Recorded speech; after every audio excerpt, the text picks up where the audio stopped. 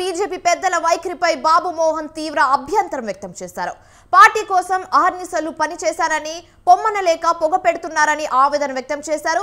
అయితే దేశవ్యాప్తంగా ఎన్నికల క్యాంపెయిన్లో తిరిగిన తనను ఏబిసిడి సెక్షన్లుగా నాయకులను విభజించి అవమానించారని తెలిపారు. తనను డి కేటగిరీగా నియమించడానికి వీరికి ఏ హక్కు ఉందని నిలదీశారు. తనను అవమానించడానికే రాష్ట్ర బీజేపీ పెద్దలే నిర్ణయించారని, అందుకే తాను రాజీనామా చేయాలని నిర్ణయించుకున్నానని స్పష్టం చేశారు.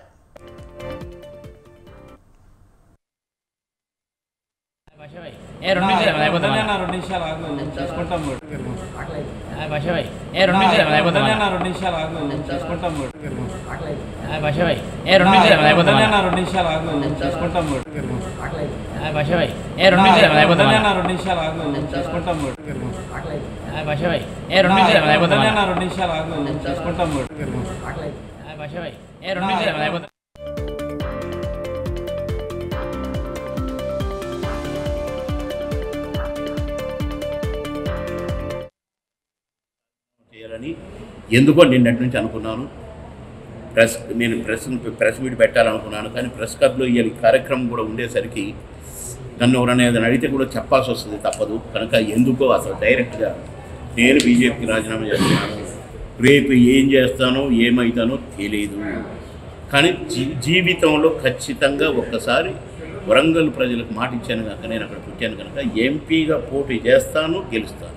కాంగ్రెస్ ఎక్కడో రాజీనామానే అనుకున్నాను. అసలు నేను పాలిటిక్స్ రండి, ఎవరో ఐపీఎస్ ఆఫీసర్ అట, ఆయన్ని అనౌన్స్ చేస్తున్నారు, తిప్పుతున్నారు.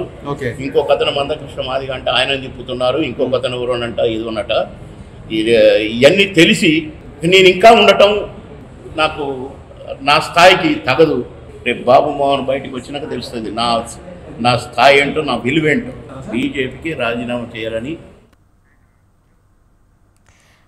బీజేపీ పెద్దల వైఖరిపై బాబు మోహన్ తీవ్ర అభ్యంతరం వ్యక్తం చేశారు. అయితే ఇదే అంశం మీద పూర్తి సమాచారం మా ప్రతినిధి శ్రీనివాస్ అందిస్తారు. శ్రీనివాస్, చెప్పండి. శివాని సినీ నటుడు బీజేపీ నాయకుడు బాబు మోహన్ బీజేపీకి రాజీనామా చేస్తున్నటువంటి విషయాన్ని మీడియా సమావేశంలో చెప్పారు. అయితే ఇప్పటి వరకు బీజేపీ కార్యాలయం కానీ బీజేపీ అధ్యక్షుడు దానికి ఎలాంటి రాజీనామా లేఖ రాలేదన్నటువంటి విషయాన్ని పార్టీ వర్గాలు చెప్తున్నాయి.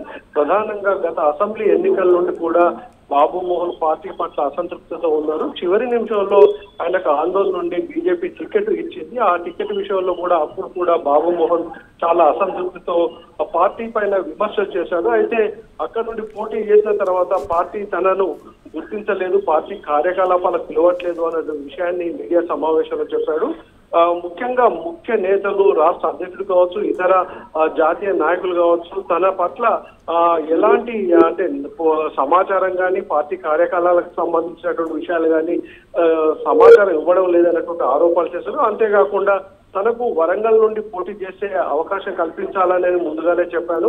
అయితే ఆ పార్లమెంట్ టికెట్ కూడా వేరే వాళ్ళకి ఇస్తారు అన్నటువంటి ప్రచారం జరుగుతుంది.